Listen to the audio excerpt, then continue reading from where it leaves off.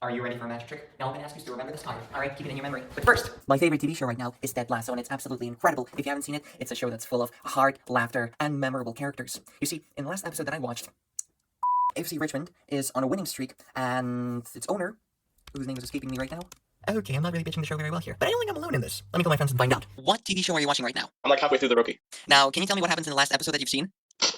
Something to do with the guy. Something to do with the guy. There you go. Okay, now, Yeah. I realize I told you to act, right? I don't think that's necessary. No, see, the thing is, if I actually knew their names or what happened in the episode, it would be easier. But because I'm actually not knowing what happened. Okay, we might have established that I don't have an early onset of dementia here, but the bigger question remains. Do you remember the card I showed you? But jokes aside, what does this mean for learning? How can we remember what we've learned before summer break if we can't recall what happened in a TV series that we enjoy that we've seen in the past week? Well, as it turns out, it's got everything to do with a sparking fatty thought engine inside your noggin. You see, in order to learn effectively and remember what you learn, you've got to understand that learning is pretty much just like cooking. Don't believe me? Let me show it to you. So you've got your short-term memory, which is responsible for keeping the knowledge and observations you'll need within arm's reach. Think of it like a countertop when you're cooking. You prepare by putting the ingredients you'll need on it.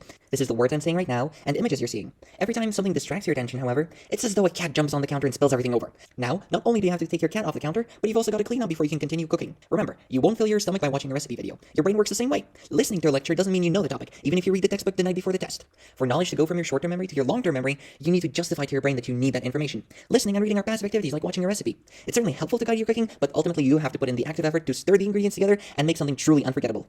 And don't forget to cook every time you're hungry. So every day. You don't have to make the same meal every day, but also don't abandon any meals you've already tried. That means you can approach a different topic every day and return to older ones occasionally. And yes, I know it can be tempting to just watch TikTok or Instagram reels, but it's like a packet of chips. You know it's not good for you. Short form content is like repeating my magic trick over and over again in the hopes of remembering the whole deck. But by far, the most important thing to remembering is sleep. When you fall asleep, your brain replays the memories you made that day and contextualizes them within your mind. Not only do you get the benefit of remembering them better, but you also make links to other knowledge you've learned.